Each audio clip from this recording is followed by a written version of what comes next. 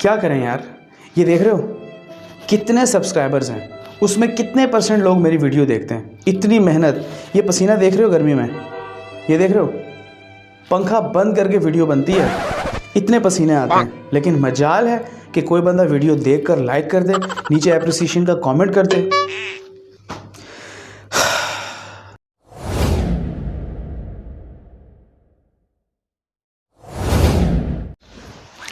अस्सलाम वालेकुम जी। आज की क्लास में हम बात करने जा रहे हैं लॉन्ग रन कॉस्ट के हवाले से, क्योंकि पिछली वीडियोस के अंदर हमने short run average cost, marginal cost और इनके ग्राफ और टेबल्स वगैरह डिस्कस किए थे।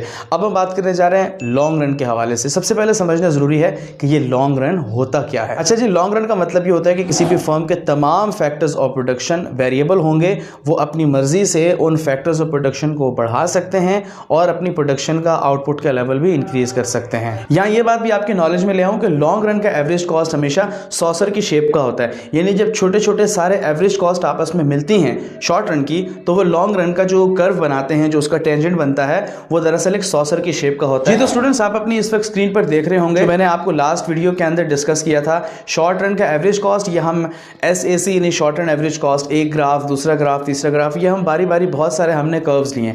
अब इन कर्व्स के एक टेंजेंट लाइन हम खींचेंगे जो इन तमाम ग्राफ्स को टच करते हुए आ रही है। ये जो मजमूई तौर पर आपके सामने शॉर्ट रन की तमाम ग्राफ्स का कॉम्बिनेशन बना के इन सब के बाद एक लाइन, एक कर्व हमारे सामने आ रहा है, इसे कहते हैं लॉन्ग रन का एवरेज कॉस्ट। अब इसको बनाने में सबसे पहले आपको ज़रूरी है कि आप शॉर्ट रन एवरेज कॉस्ट का आपको ग्राफ समझ में आ चुका हो। अगर आपने मेरी वो वीडियो नहीं देखी तो नीचे डिस्क्रिप्शन के अंदर मैं आपको लिंक दे रहा हूँ, जाकर शॉर्ट रन एवरेज कॉस्ट की वो वीडियो ज़रूर देखें ताकि ये ग्राफ समझना आपके लिए ज़्यादा आसान हो सके।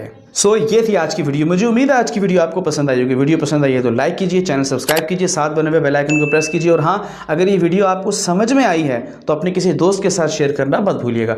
मैं मिलता हूँ आपसे अगली वीडियो में किसी नए टॉपिक के साथ। टिल देन, अल्लाह हाफिज़।